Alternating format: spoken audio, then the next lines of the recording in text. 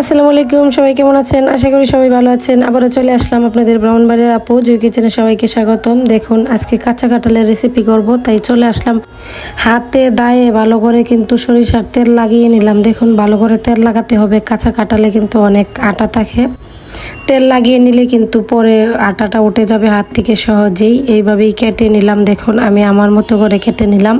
আজকে চিকেন দিয়ে রান্না করব, তাই আমি আমার মতো করে কেটে নিলাম। যে যেরকম রান্না করবেন এরকমভাবেই কেটে নেবেন। এভাবে একইভাবে কিন্তু সবগুলা কেটে নিলাম। আমার যতটুকু প্রয়োজন ততটুকুই নিলাম। তারপর বাকি যে কাঁঠালটা থাকবে এটা দিয়ে আমি অন্য রেসিপি করব। তাহলে দেখুন আমি এইভাবে কাগজে করে রেখে দেব। দেখুন এইভাবে পলিথিন কাগজে রেখে দিব ফ্রিজে, নর্মাল ফ্রিজে ভালো থাকবে। এখন সিদ্ধ করে নিব। পানিটা একটু গরম হয়ে গেলে দিয়ে দিলাম একটু হলুদ দিয়ে ভালো করে সিদ্ধ করে নিতে হবে।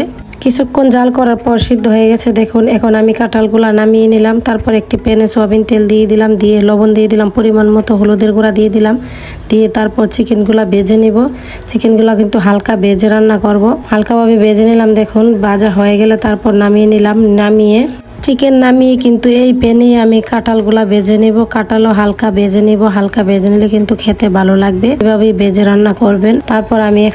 তারপরে এই প্যানেই কিন্তু আবারও তেল দিয়ে দিলাম। তারপর 3টি তেজপাতা, 10টি এলাচ, 4 টুকরা দারুচিনি দিয়ে তারপর 2টি লবঙ্গ, 5টির মতো গোলমরিচ, তারপর 1 কাপ পেঁয়াজ কুচি দিয়ে দিলাম। পেঁয়াজ কুচি ভাজা হয়ে গেলে এখানে 2টি টমেটো কুচি দিয়ে দিলাম। দেখুন টমেটো কুচি ভাজা হয়ে গেলে তারপর আমি এখানে 2 চামচ রসুন বাটা, 2 চামচ আদা বাটা দিয়ে দিলাম। দিয়ে ভালো করে একটু ভেজে নেব। ভেজে তারপর এখানে 2 চামচ মরিচের গুঁড়া, 1 চামচ হলুদের গুঁড়া, 1 চামচ জিরা গুঁড়া, সব মশলা দেওয়া হয়ে গেলে দেখুন এখানে আমি লবণ দিয়ে দিলাম। পরিমাণ মতো লবণ দিয়ে অল্প একটু পানি দিয়ে ভালো করে কষিয়ে নেব।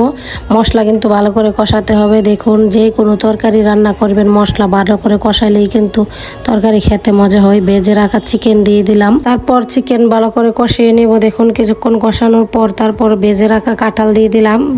কাঁঠাল দিয়েও কিন্তু কিছুক্ষণ কষিয়ে রান্নাটা করে নিলাম। এইভাবেই কিন্তু কাঁচা কাঁঠাল দিয়ে চিকেন রান্নাটা করে নিলাম। সহজেই এইভাবে রান্না করতে পারবেন। খেতে মাশাআল্লাহ অনেক মজা হয়েছে। কষানো হয়ে গেলে দেখুন এখন আমি পরিমাণ মতো পানি দিয়ে দিব। তরকারির ঝোলের জন্য পানি দিয়ে দিব। আমি যতটুকু রাখবো ঝোল ততটুকুই পানি দিলাম।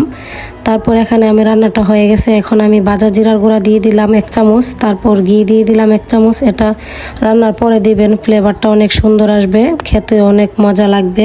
আমি আমার মতো করে রান্নাটা করলাম। যে যেরকম রান্না করেন এভাবেই করবেন। আশা করি আমার রান্নাটা ভালো লেগেছে। ভালো লাগলে লাইক কমেন্ট শেয়ার করে দিবেন। এরকম মজার মজার রেসিপি দেখতে চাইলে আমার পেজ ফলো দিয়ে রাখুন। আমার ভিডিওটি দেখার জন্য সবাইকে অসংখ্য ধন্যবাদ। আজকের মতো এই পর্যন্তই। অন্য কোনো দিন অন্য রেসিপি নিয়ে চলে আসবো। এই পর্যন্ত সবাই ভালো থাকবেন। আল্লাহ হাফেজ।